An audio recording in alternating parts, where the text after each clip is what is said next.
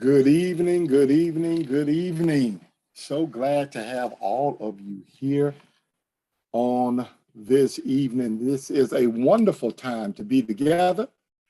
I am Dr. Andre Johnson, Associate Professor of Rhetoric and Media Studies at the University of Memphis and the Visiting Scholar at Memphis Theological Seminary. And welcome to another evening of the African American prophetic tradition, the Rhetoric and Theology of James Cone. This class has just been wonderful. Shout out to my good friends over at Memphis Theological Seminary for allowing us to conduct the class in this manner. Dr. Pete Gackey and the terrific people at Memphis Theological Seminary made it all possible for us to be here on this evening and to bring you these wonderful guest speakers each and every night that the class has been taking place. It is good for us to be here. It's good for all of us to have witnessed already the great lectures that we have heard, and tonight will be no exception. Like I have done each and every night, if you are interested in classes like this one, or the many other different programs that Memphis Theological Seminary has, I just implore you just to take time to go to their website, memphisseminary.edu, memphisseminary.edu, or you can call them at 901-458-8232. Somebody will definitely get with you and give you all the information. It is a wonderful, wonderful seminary and a wonderful time to study religion. On last night, we talked about religious language. Dr. Diana Watkins Dickerson was our guest lecturer and really opened us up to this meaning of thoughts and prayers, you know. So tonight, I know that we are in for a treat. We have a great minister and pastor, but also scholar in his own right here, giving us a lecture for tonight. So I am excited to have him here, and we're excited to have all of you here. So please, something I have not said, click the share buttons. If you can click a share button, please click the share button. Let people know that we are live right now. I see some of you have already jumped in, and so thank you for doing that, but click that share button, let other people know that we are live right now. And if you are watching on YouTube, if I can ask a personal favor, I want to shout out Gifts of Life Ministries, my own church, for helping us host this on YouTube. If you don't mind, just, you know, subscribe, click that little subscribe button so you can stay abreast on what's going on here as well too. Thank you in advance for doing that. Our guest lecturer or speaker tonight is the Reverend Dr. Wallis C. Baxter III. Dr. Baxter serves as the senior pastor of the Second Baptist Church, formerly of Southwest DC in District Heights, Maryland. He is also an adjunct professor of African American literature at Georgetown University and the vice president of academic affairs, Maple Springs Baptist Bible College and Seminary in Capitol Heights, Maryland. He received his Bachelor of Arts degree from Morehouse College. So we have a Morehouse man here tonight. He received a Master of Divinity from Duke Divinity School. And he received his Ph.D. in African American literature from Howard University in 2017. He is the author of Phillis Wheatley as Prophetic Poet, You Must Be Born Again, on Lexington Books, just published, I think last month officially. So we are excited for this new publication. We're also excited because it is on the Rhetoric, Race, and Religion series, or the R3 series, which I have the pleasure of editing. And he is also co-editing a series of sermons delivered during the COVID-19 pandemic. In the early part of COVID-19, titled Preaching During a Pandemic, the Rhetoric of the Black Church. He, along with Dr. Kimberly Johnson and myself, we are editing those series, and hopefully they will be out later this year or early next year on Peter Lane Press. Currently, Reverend Baxter also serves as the board member with both Baptist Convention of DC and Vicinity and the DC Baptist Convention. He is president of the Congress of Christian Education for the Eastern Region of the Progressive National Baptist Convention, president of the Baptist Progressive Convention of Maryland, immediate past president of the Langston Hughes Society, and founding president of Helping Hands of Maryland, CDC Incorporated. He is married to Dr. Shayla Atkins Baxter, and they are the parents of one son, Elijah. Ladies and gentlemen, I offer right now to you the Reverend Dr. Wallis Baxter III. So good to have you here. Brother Baxter, we got you here, Doc. Man, glad to be in the building. Glad to be in the building. In the virtual building. In the virtual building. All right. Yes, it is good to be here with you all. And certainly thank you to my big brother and colleague, Dr. Andre Johnson, for extending the invitation.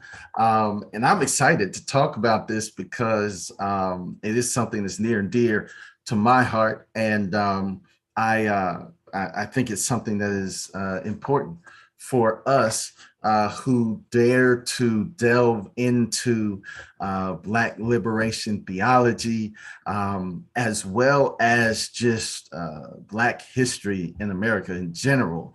I think this conversation is vitally important. And so I want to begin simply by laying out a couple of things and then kind of leaving you with some questions, some things to kind of cause us to think, to reflect, and to hopefully dialogue and engage, because I know that's what this is all about.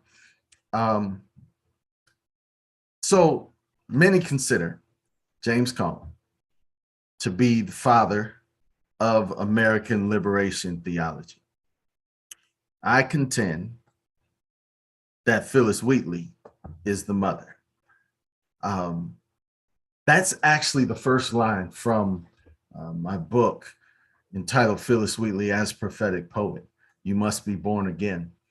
And that really is what I feel is so important about Black liberation theology, is that yes, James Cone is certainly the father.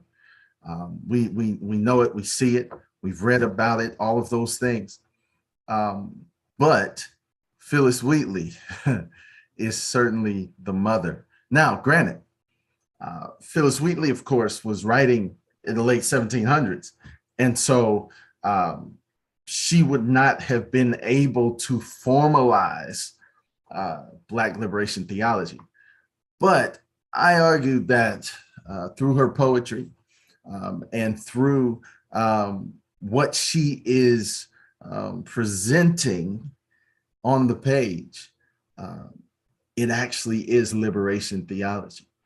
And so though not formalized, I do believe that it is certainly Black liberation theology. And so it's important. It's important. And my rationale for this approach and for looking at Phillis Wheatley this way is both literary and theological. I'm a literary scholar by trade, but have also spent some time in seminary, as well as some time in the Black church, and have dealt with and worked with and utilized Black liberation theology for years. And so I must say that Phillis Wheatley, for me, provides us with a snapshot, if you will, of what liberation theology looks like outside of the academy and basically closer to what it looks like in the pulpit. So it's vitally important that we understand that. It's vitally important that we realize that. And so I want to read a couple of excerpts from the book. I want to share one of her poems with us, and hopefully that will spark some conversation, some discussion, and will lead us to a place of really appreciating Phillis Wheatley for what she has done as a trailblazer for us as African Americans. There is a book that's basically a theology primer, right? It's basically a theology primer, and it's by James Duke and Howard Stone. And in that book, they say to be Christian at all is to be a theologian. Their premise for this is that if you are a Christian, if you are a believer, then you're automatically in conversation with God. You're automatically trying to articulate who God is, trying to understand more of who God is. And so by virtue of that reality, you're a theologian. A theologian is simply someone who studies God's interaction with humanity, from creation throughout, God's interaction with humanity. And so if that's what theology is, then pretty much all of us are theologians. And I would even push it a little bit further. I would push it a little bit further to simply say that to be aware of one's humanity at all is to be a theologian. Simply to be aware of the fact that you are a human being living in community with other human beings. And in this world is to be a theologian. What do I mean by that? Basically, one's religious location or home does not innately matter for the orientation of one's reflection is most significant. We are all in some way ultimately concerned about ourselves. My argument is that if you're ultimately concerned about yourself, then you're ultimately concerned with God. Borrow from Paul Tillich, you're ultimately concerned with God. It's this theological reflection that begins with, as Howard Thurman would say, an inward journey, begins with looking at the self and looking within the self in order to see exactly what it means to live life in community or in communion, right? Community on one hand, communion on the other. And in some ways, those terms are interchangeable, right? And so it's this idea, as Walter Brueggemann suggests, that to be engaged with God is to unlock your imagination, right? To unlock your imagination in a significant way to help articulate how you feel God is interacting with humanity. I think it's vitally important. I think it's very important. And it's one of those things when we look at Brueggemann's text, Prophetic Imagination, we see this pairing of the words prophetic on the one hand and imagination on the other hand. And Brueggemann says in his text, to qualify prophetic by imagination is to dig deeper than moral earnestness into the notion of playful, venturesome probing into the unknown that requires poetic utterance and that evokes daring images and metaphors, all in the service of an elusiveness out beyond royal totalism. To evade royal totalism requires an emancipated imagination that refuses the domesticated categories of settled control.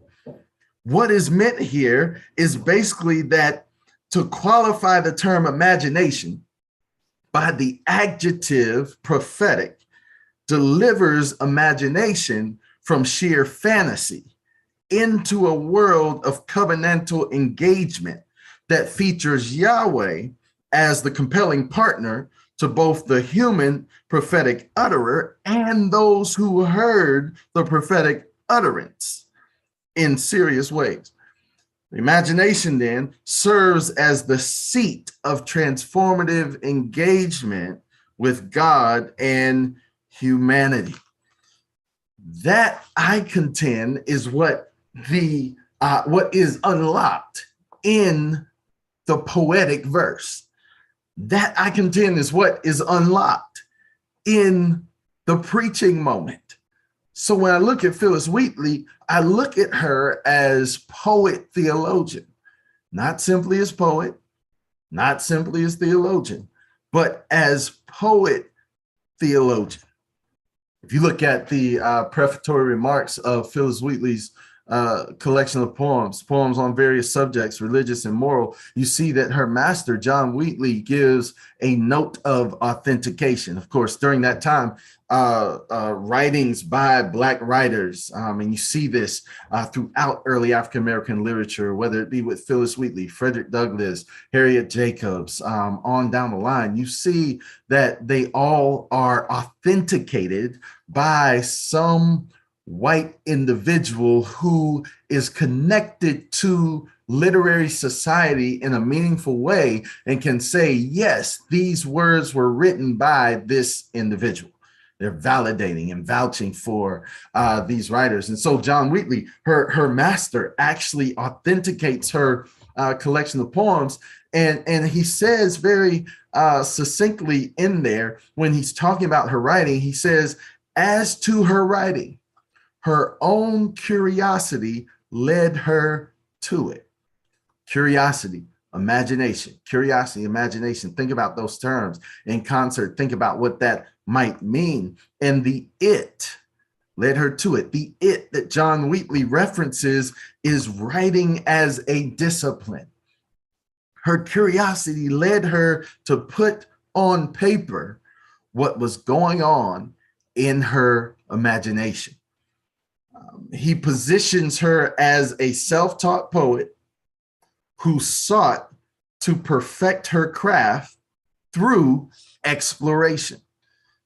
He mentions her great inclination to learn Latin in addition to English, to the English language. He talks about how committed she was to her craft.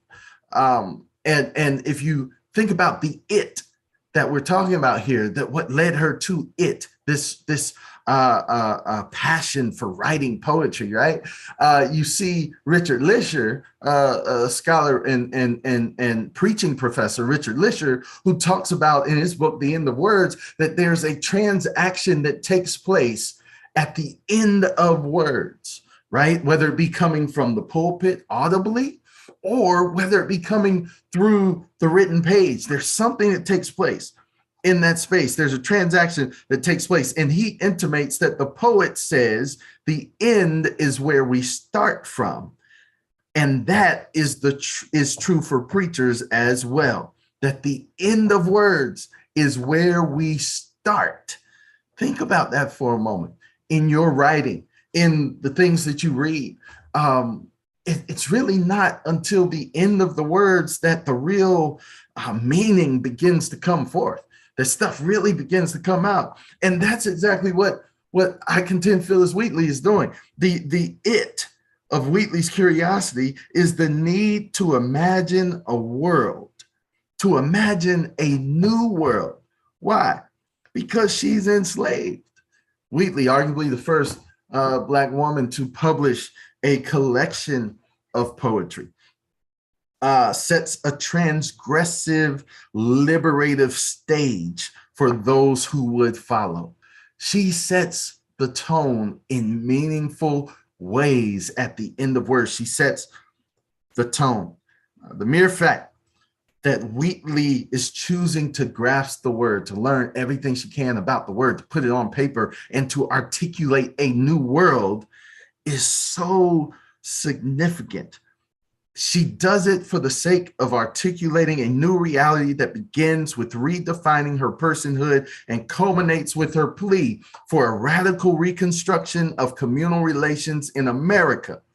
And it is proof of her commitment to it, to the craft of writing, to the craft of preaching through poetry, right? And so she's creating a new world. The it that Wheatley is seeking to articulate is the not yet real, the not yet real that Ernst Bloch talks about and has named. And as Wheatley occupies the space of preacher poet, of poet theologian, she grapples with her existing reality in order to create a pure ideal reality. In other words, she sees something better for herself. She sees something better for her community. She sees something better for her world. And she begins to articulate that through her poetry. The it for her is more than the words on the page. The it is about the transaction or the exchange that results when the word is articulated in artistic form. So important. Ralph Waldo Emerson, he suggests that the poet is one of the only members of society that sees and interprets the world rightly. Emerson said, the poet is the sayer, the namer, and represents beauty. He is the sovereign and stands on the center. Therefore, the poet is not any permissive potentate, but the emperor in his own right.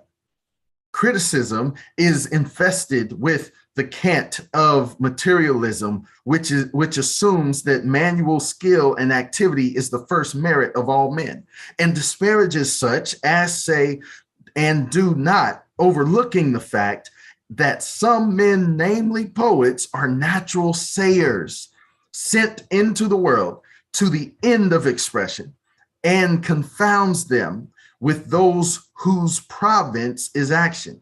The sign and credentials of the poet are that he announces that which no man foretold. He is the true and only doctor. He knows and tells. He is the only teller of news, for he was present and privy to the appearance which he describes. He is the beholder of ideas and an utterer of the necessary and casual, for we do not speak now of men of poetical talents or of industry and skill in meter, but of the true poet. The poet then is not merely a rhetorical wordsmith. Rather, the poet is the one who understands his or her giftedness and is reliant on inspiration. Sounds a lot like a preacher to me in that regard. The poet is the one that stands in that gap, that articulates that which you do not yet see.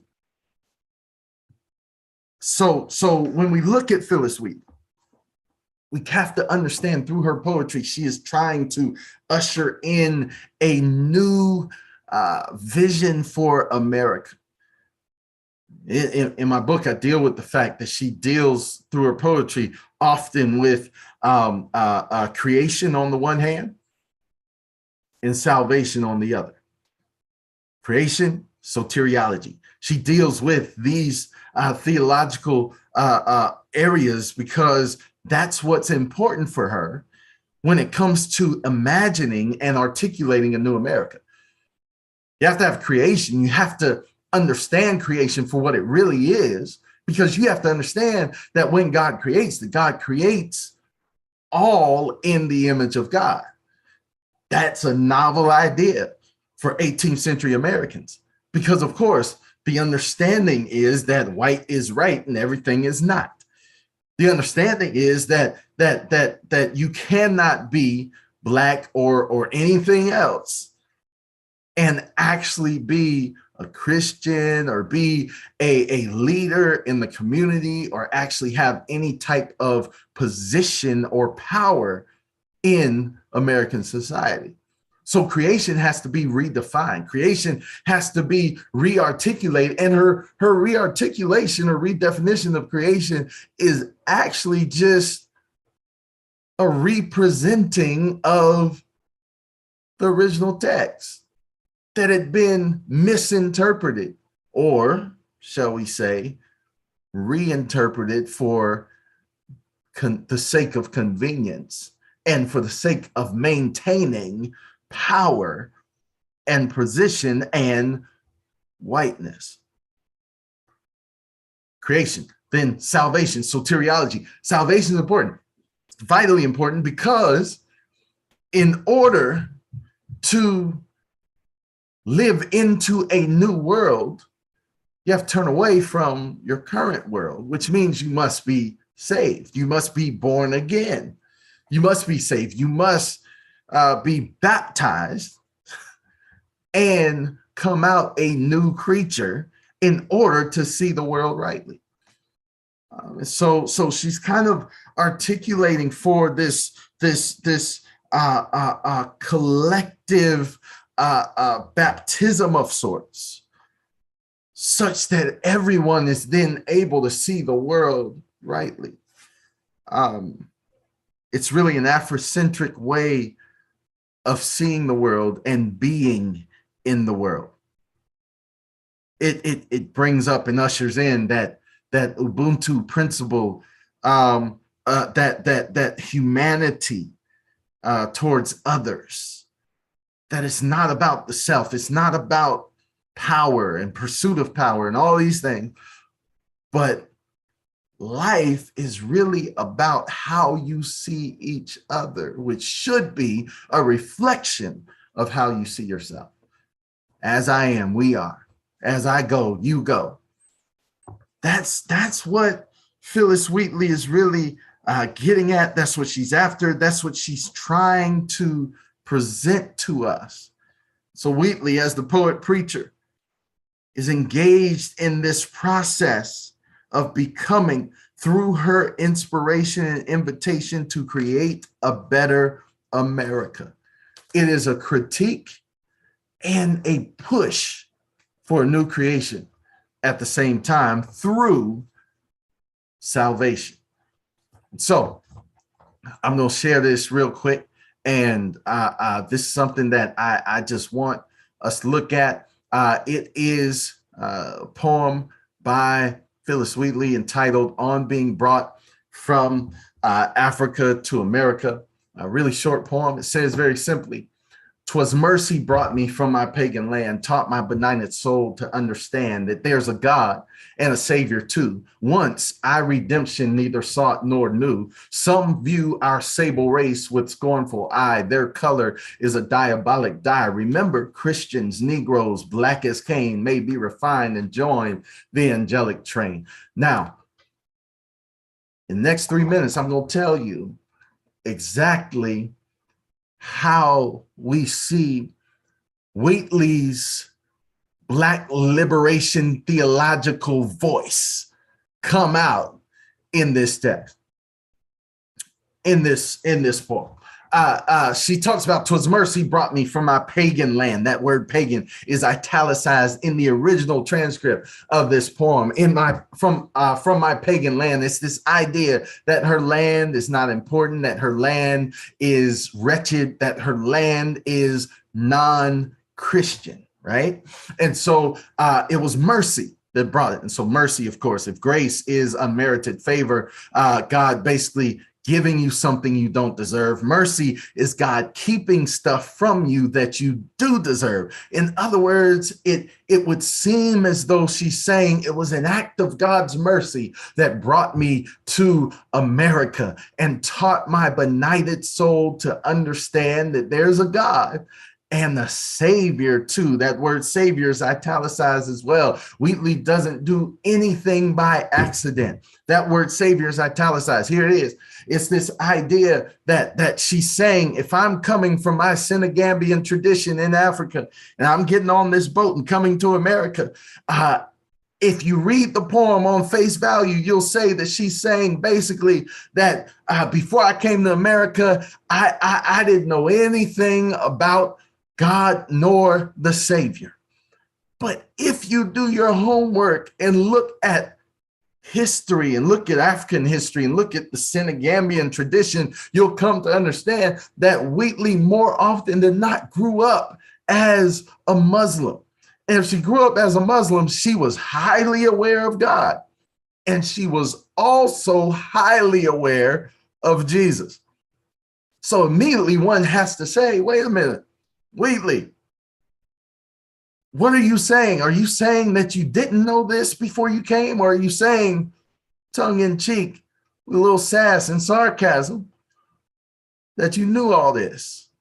And you're placating to your readers so that they will continue reading this short poem. And as they continue reading this short poem, she says, once I redemption neither sought nor knew. Now, for the white reader of the 18th century, they're like, yes, once you redemption neither sought nor knew. But when you got here, you realized you needed to be redeemed. But perhaps the reason she wasn't looking for redemption is because she knew she ain't need no redemption, because she knew who her God was, because she knew who kept her, because she knew who kept her mother and her grandmother and all those in her community. She knew what made community community. She didn't need redemption. She didn't need redemption. So some view our race, our sable race, with a scornful eye. Here she's critiquing white people clearly. Some view our race with a scornful eye. Their color is a diabolic dye. Here it is. Remember, Christians, Negroes, black as Cain, may be refined and join the angelic train. Here is where creation and salvation come together in this poem.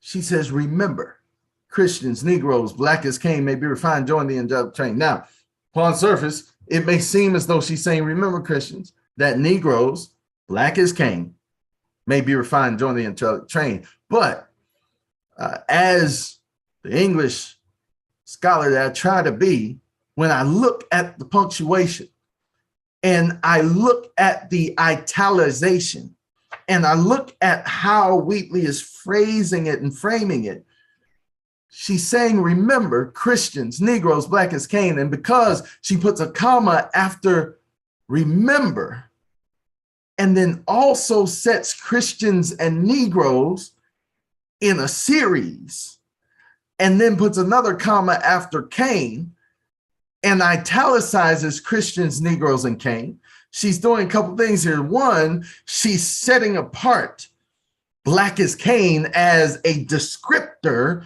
of what precedes it. What precedes black as Cain? Christians and Negroes. And so she's basically saying, remember, Christians and Negroes, both of whom are black as Cain, may be refined and join the angelic train. That process of refining is a salvific process, a process of making new again, refining. That is a salvation process, a salvific process. And so in these short verses, Wheatley puts forth what I consider her argument for a rebirth in America. Both Christians, arguably white, can be read as white, and Negroes can be refined. So yeah, you might view our race with a scornful eye. So yeah, okay, we can be refined, but you have some refining that needs to take place in your life too. So the question for us who are committed to Black liberation theology today, it is to begin to re-articulate some things and re-encounter some things, to begin to not let people get away with telling us who Cain is, but to ask folk, who is Cain really? And to ask folk, well, who is Seth? To ask folk, who is Canaan really? To ask folk, what does it mean to be Black in the diaspora? Because arguably, those are God's people. And if Black people are God's people, then Lucy's got a lot of explaining to do. No, white America has a lot of explaining to do. The white evangelical tradition has a lot of explaining to do. It was important for us to stay committed, stay connected, to stay engaged to those who are leading us down this path, of whom I believe Wheatley is the mother, the matriarch, the one who shows us in poetic form what it means to really engage in Black liberation theology. So with that, I certainly look forward to entertaining any questions or comments or whatever, particularly from the class, of course. Yeah. And Dr. Johnson, you let me know how we're going to proceed. I think I didn't do the Baptist thing. I think I stayed in my time limit. Look. We were just riveted and we're just waiting for some more. I mean, I'm sitting here like, oh, is it through? I mean, I'm one of the things, and people have already commented about this, man. One of the things that you do in the book so well, and this was just a cursory example. Listen, y'all, if you really want to see close reading up close and personal, and I call it a little mix of literary and rhetorical criticism going in when you're examining the poetry of Wheatley. This is a good example of how to do it. You do a great job of weaving both in and out context and text and extrapolating what it is and giving us at least what Wheatley is inviting us to hear and to understand of her poetry. And you are reframing her. And as you know, during the Black studies, beginning of the Black studies movement in the 60s, one person that was just vilified a lot was Phillis Wheatley. And a lot of people have looked at her poetry and say, well, this is not something that we really want to examine. So I want to just ask you the first couple of questions, if I can. How did you discover Wheatley? And then what made you really, I know it was part of your dissertation, but it wasn't your entire dissertation. It's a part that you have kind of just expanded. So yeah. What made you interested in Wheatley, and what did you find so special about her poetry? Correct. Yeah, good question. Wheatley, what really jumped out at me, well, I'll say I first encountered Phillis Wheatley in an African-American studies class at Morehouse College with my advisor, actually, Dr. Melvin Raming. And Dr. Raming had us read On Being Brought, From Africa to America. And something about it just jumped out at me. I didn't know what it was, but I never forgot the name Phillis Wheatley, never forgot the poem On Being Brought, From Africa to America. And so as I continued in studies and things like that, I always ended up re-encountering Phillis Wheatley, because when I got even to the Ph.D. program, when I took African-American literature, the first writer we read, it was Lucy Terry and then Phillis Wheatley. And so Phillis Wheatley was kind of put right back there in front of me. And we read a couple of other poems, and I found how she just sagaciously weaves in biblical allusions and things like that. Like there's this piece that she does with the psalm, by the rivers of Babylon, there we sat down and wept when we remember Zion, and all those things. This one passage in 2 Samuel with David and all, like she weaves in biblical narrative. Coming out of seminary, I was like, there's something interesting. Why is she so engaged with the Bible? You know, she's just a poet, you know, but she was always doing that. And so it led me to just do a little digging And so when it came time to write my dissertation, I actually was originally going to write on the politics of publication in 19th century America and talk about those authenticators of slave narratives and other things like that.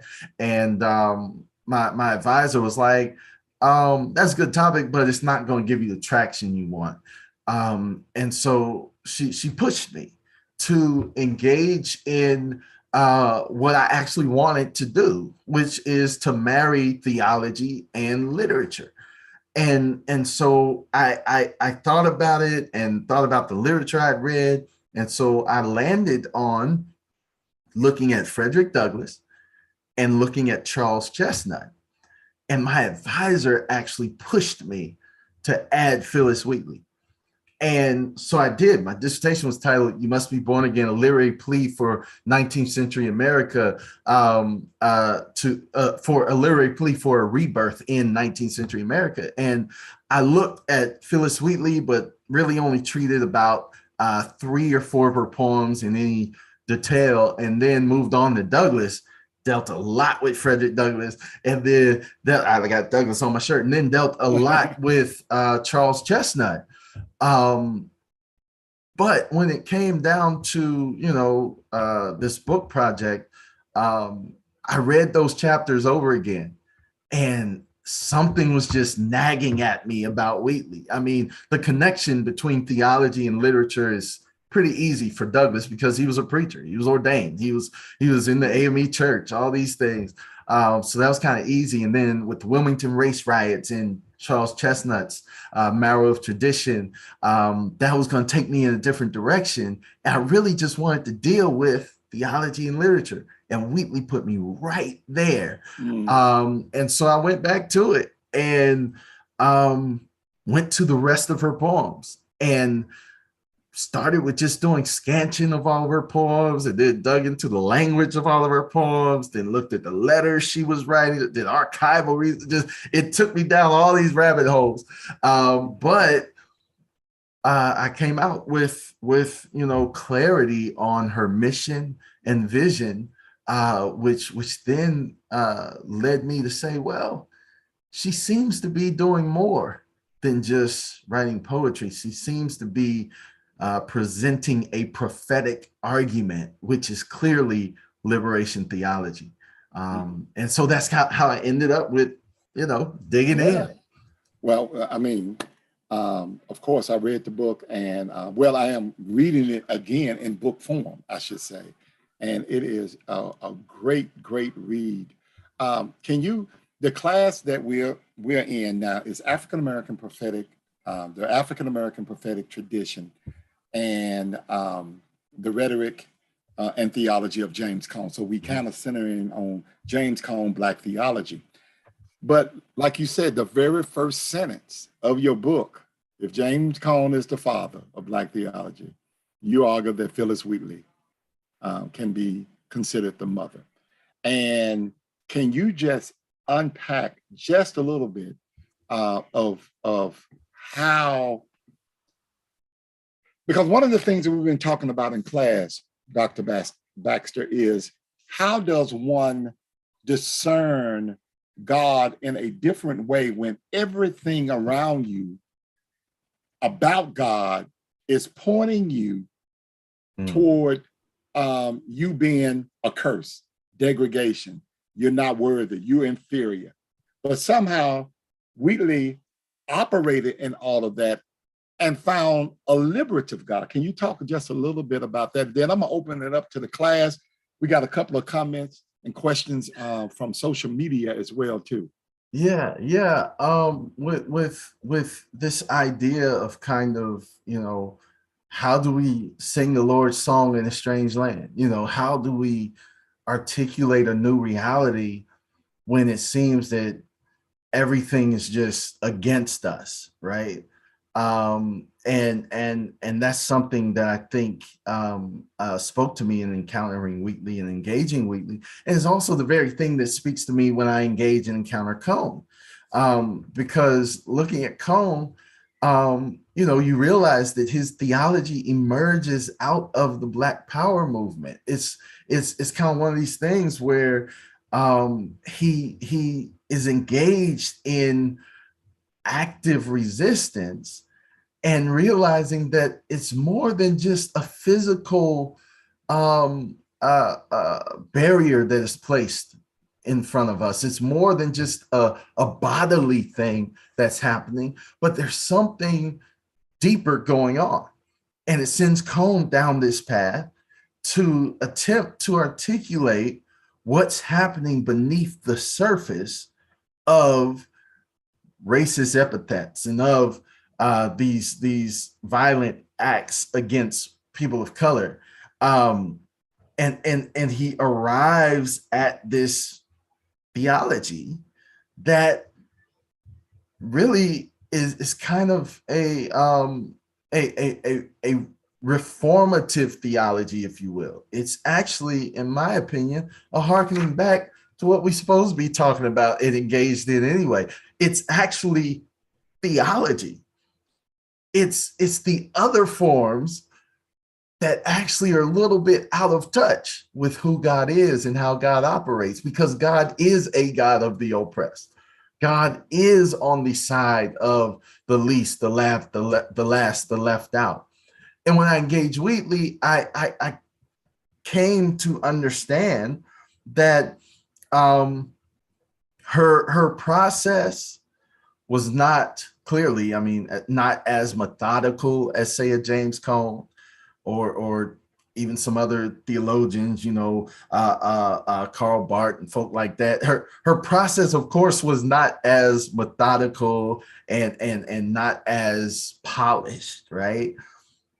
But it was just as relevant, and she articulates a form of liberation theology, which in the book I actually call a liberation perspective or liberation perspectives, right?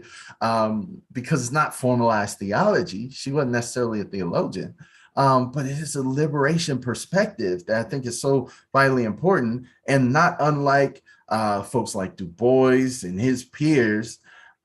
She critiques the Western dominant culture of her day in order to present, articulate, promote a new vision, where hopefully the people that encounter her poetry will see a need to reconstruct some things, to deconstruct and then reconstruct some things and rebuild some things.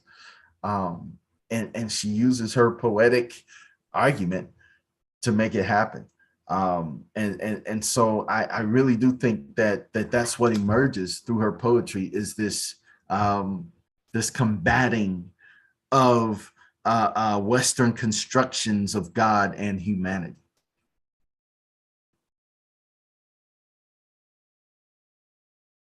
I think you're on mute. Yeah. Thank you. This is so rich. I want to bring back in the class now and see they're gonna pop back in. That's Brother Jeff. He's been holding it down for the last 2 weeks, and Yolanda here, and we got some more people gonna be popping in. Do you have any comments or questions, class? Yeah, real quick, Dr. Baxter, bravo, man. Enjoyed it, very eloquently put. Thank you for enlightening us about Phillis Wheatley and her contribution to Black liberation theology. So real quick, you talked about the prophetic imagination, right? And I got a copy of that book as well by Walter Brushman. What does prophetic imagination look like for us today in our Black communities? When we got so many young folks, almost hating their skin color, you know what I mean? Hating each other, and then of course you got the oppressive structures that we're up against as well. How does prophetic imagination speak to us today? That's a great question. Thank you for that.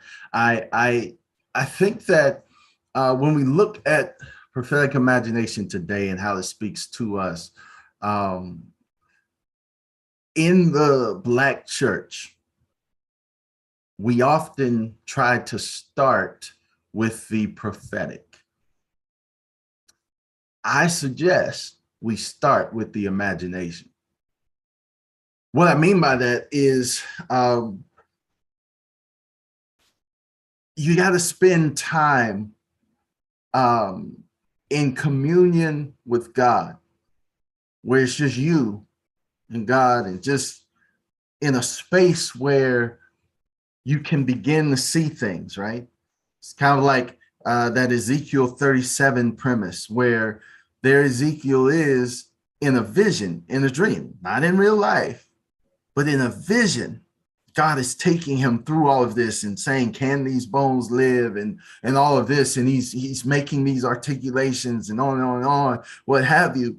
And so I say that to say that I think one of the challenges for us in the Black church in particular is that I'm not sure that enough of our leaders spend time with God visioning and imagining a new world. And because we don't spend enough time visioning and imagining, and sometimes it's just because the church folk put that pressure on us. But because we don't spend the time visioning and imagining, when it comes time to articulate a prophetic word, sometimes it's half-baked. And when it's half-baked, it doesn't quite reach the people as it should. And that's why I think Richard Lisher's book, The End of Words, is so important for us to at least engage and think about this, because he talks about that transaction happening at the end of words, but that transaction is only as impactful as the transaction that takes place between God and the prophet, right? And so I really believe that for today, it's important for us to spend that time. That means that you know, you probably gonna have a lot more conversations with God than you are with people, which is often different than the norm in the church. And so I think that's a way forward, to start with this idea of prophetic imagination, reimagining what the prophetic tradition looks like in the Black church. The imagination should guide the prophecy, as opposed to the other way around. Right, that's good. That is so good right there. Any other questions or comments from the class? I want to give you an opportunity before I go to the social media post. All right. Dr. Johnson, if I may. Okay. First of all, Dr. Baxter, thank you for an excellent presentation. It's honestly a hard sell for me, because I'm one of those who, I looked at Phillis Wheatley's writing as, I just had some issues with it. But I do have to say that your close reading has caused some things to go on in my mind. But I do want to ask the question, if Phillis Wheatley, so to speak, is the mother of liberation theology, Black liberation theology, who was her intended audience, and how well did she convey her message? And by the way, you know, I also want to commend you for being a graduate of the only college that an African-American male needs to attend. Morehouse College, class of 1995. God bless you, sir. Well, we did not need that editorial comment in the question, but I'm gonna let it slide today. Well, I am grateful for that editorial commentary. No, I'm grateful. And you know, I hear you on the Wheatley piece. Definitely the idea of some of Wheatley's writings being problematic. And I agree, because I've looked at some of them and I'm like, wait a minute now, and I gotta dig deep and all of that. But when we talk about her intended audience, right, and kind of get into like the reception theory or what have you, particularly as it relates to rhetoric, Wheatley, her intended audience, much like some of the writers of slave narratives, things like that, I believe are twofold, right? One is white women in America. The other is young people in general in America. And those who are in school learning things like that. She has a poem entitled "To the University of Cambridge," and to the students at the University of Cambridge, and basically it is a commencement speech of sorts. She's invited to give a speech to this all-male graduating class, and her articulation in that poem is really pointing out the sin of white America, and she's telling these young people, look, you are sitting on the precipice of your future, the precipice of potential. You know, you're going to be the next Jefferson. You're going to be the next Washington, on and on and on, Andrew Jackson, on and on and on. And she's like, so there's a lot that you can do that can change where we are. Now, granted, she's writing it in poetic form, and so, or articulating it in poetic form, so everybody's not going to get it upon first read or first hearing. And so it's one of those things that I think the hope is that the individual sit with it long enough to begin to understand what she's really saying. And and I think that one of the reasons her intended audience is white women is because the idea during that time, from a literary perspective, is that the white women would hopefully influence their men to then go and make changes, because you gotta remember, they weren't really in power either, but they had more influence because they in the same house, sharing the same bed, and able to say, hey, when you go down to that meeting next week, you need to keep this in mind, right? You need to at least put this out there. If you don't, I ain't coming in the room for about 2 weeks. You know, they put it on you now, you know. And so, but that was the thing. And we hear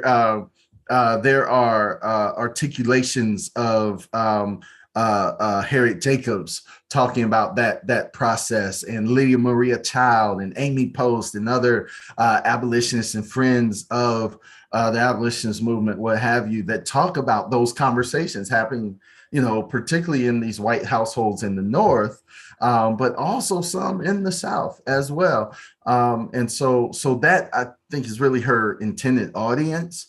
And you know, it's kind of one of those things that she was hoping that it would get out there. She was hoping that it would gain some traction and do some things. And so, yeah. Great. Let me go to social media. Dr. Daniel Pigg, who is a professor of English himself, Dr. Baxter, at the University of Tennessee at Martin, a school that I attended. Well, I don't claim that too loudly, but you know, that's all right. Yeah, but anyway, he's asking, well, she writes about a colonial era preacher, George Whitefield. Do you know, or do you think, he asked, she wrote the poem recognizing him not only as a preacher, but that she was one too? In other words, I guess he's asking, she writes a poem talking about Whitefield, but the question is, do you believe that she also recognizes herself as being a preacher and in other words, really being one of his peers? How about that?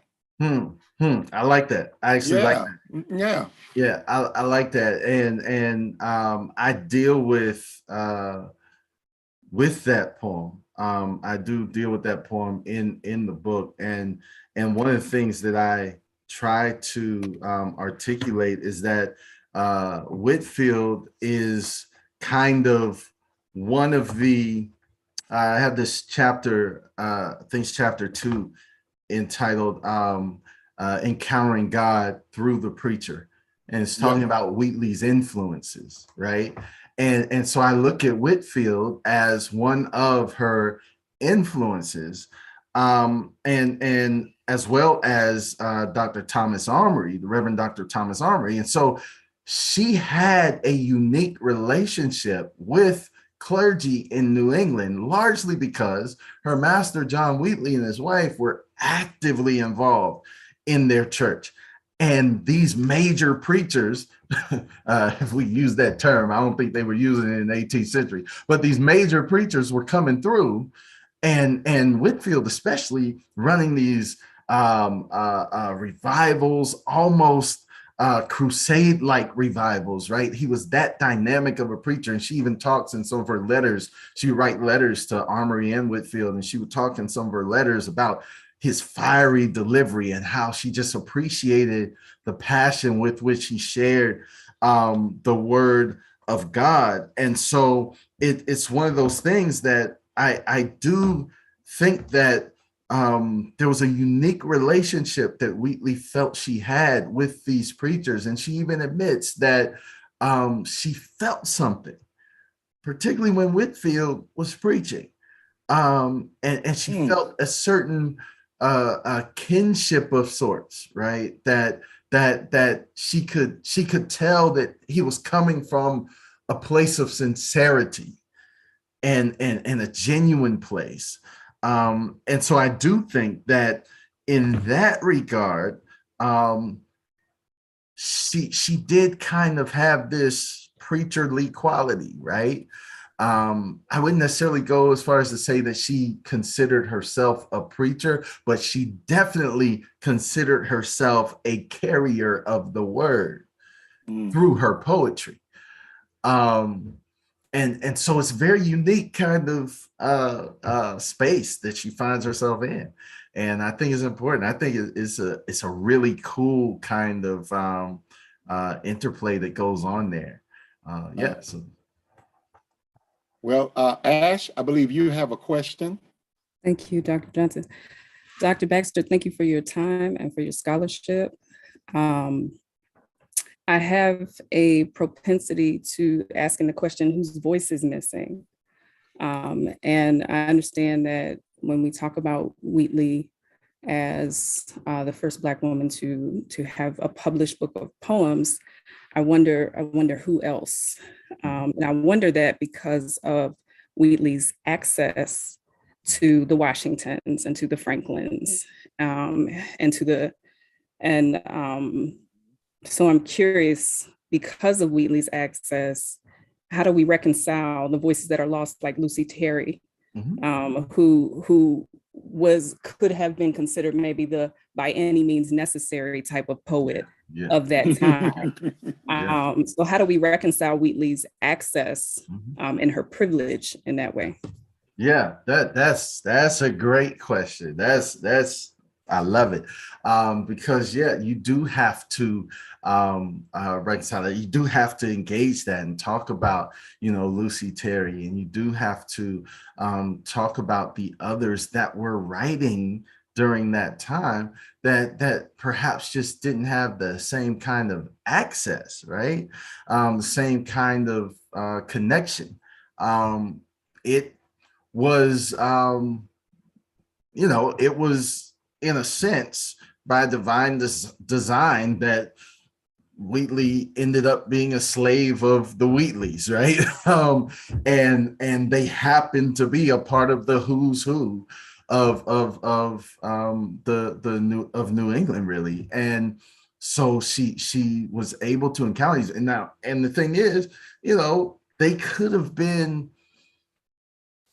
they could have blocked all of those connections and kept all of those connections from her. But I think for whatever reason, maybe it was because of her youthfulness or whatever it was, they figured that it wouldn't amount to anything. So, oh yeah, she can sit in the room while we're having tea with, all these folks and on and on and on. And I honestly don't know that they really knew what was on their hands, right? What kind of gift was sitting in front of them. And so when we do look at these voices who are missing, like the Lucy Terrys and others, that's a part of my research, really. A part of what I love to do is actually get into the archives, right? And to actually see some of these manuscripts and some of these stories. There's a serialized narrative entitled The Cursive Case. The Cursive Case by Julia Collins. Julia Collins serialized this in the AME publication back in the 1800s. And it was basically considered one of the first serialized, it was a novel really, and it was a bestseller pretty much when it came out. Everybody wanted to get the next edition, the next issue or what have you. And I mean, granted, dealing with the Black church, and all of a sudden, just disappears. It just disappears. And nobody hears of Julia Collins again until about, I think, a decade or so ago. Scholar digging through the archives finds these manuscripts. And so I did a little research on Julia Collins at one time, and it's an amazing story. And it's like, man, what if this could have gotten out,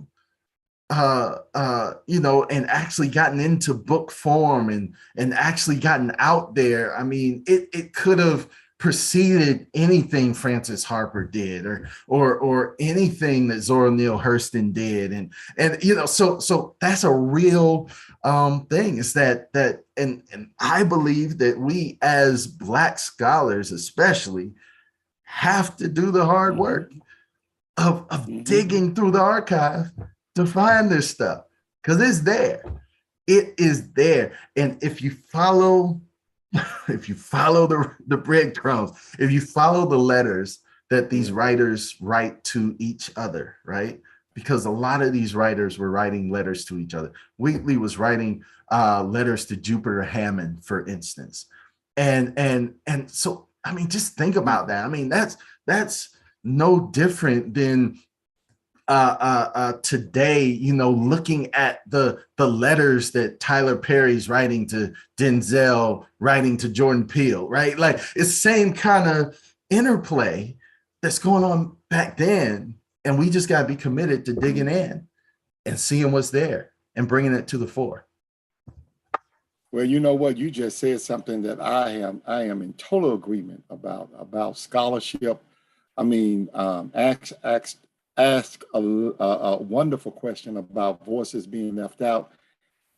And then that gives us the opportunity to reclaim those voices. And then a lot of folk, they don't want to reclaim the voices. They think it's too old timey, or it's not, going to be relevant to the day.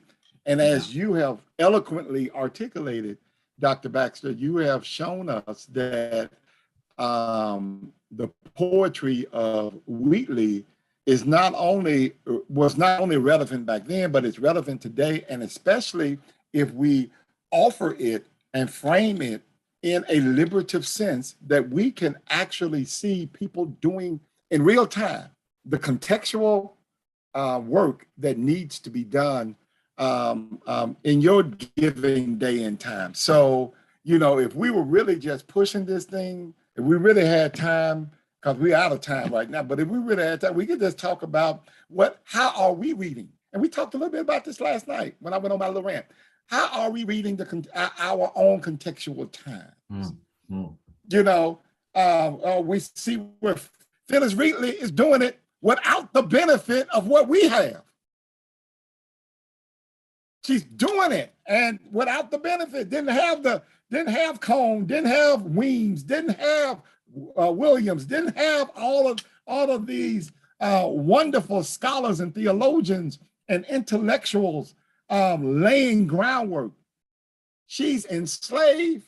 She sees all of this. I mean, man, this is just, well, I'm gonna stop because I get back on my rant and then I have to apologize again. Not one at a time. No. Okay, can we show some love to Dr. Wallis Baxter III here? We thank you, man, for coming and being a part of this, making our class just that much better. When you get time, you can just go and look at all of the comments, all of the love. Let's see, I hope I'm saying this right. Amy McKendrick is just, this is awesome. The poetic works of our foremother, Phillis Wheatley, in the discussion invite us to rethink how the study of liberation theology is structured. Think about that for a moment. You now, if you're going to take Wheatley seriously, you're going to have to put her within the framework of Black liberation theology now. So that means you're going to have to go back and travel back to the 18th century. And guess what? As you said, there's always breadcrumbs, and we always find other stuff that we did not think we were going to find. So we are, again, so thankful for you. I did put, there is a code right now, 30% off code for the book. It's in the chat, and it's on the Facebook, my Facebook page as well too. If you want to order the book now, you can go ahead on and get it and use that code to get 30% off. You can get an ebook copy or PDF copy, and then, or you can get the hardback copy right now as well too. Again, thank you. Dr. Pig just said he just ordered the book, so he is going, and he will read it and he will make comments. So I just want you to know he is going to engage your work, and on top of that, he will teach it as well too to his wonderful classes at UT Martin. Class, as we know, we're going to take our, as you know, rather, we're going to take our break. Let's take about a 5-minute break. We're going to get out of here. We'll stop the live stream and we'll come back to discuss a little bit more about what Dr. Baxter said, and then we'll look at some of our readings for tonight. Again, thank you, social media. Thank you for all of you for watching. Please click the share button again. Let people see what you have just witnessed, and then tell them to click the share button as well too. Tomorrow night, Dr. Annette Matlock will be coming, talking about Black theology, womanism, and the beloved community. You do not want to miss that one as well. See you soon. Goodbye now.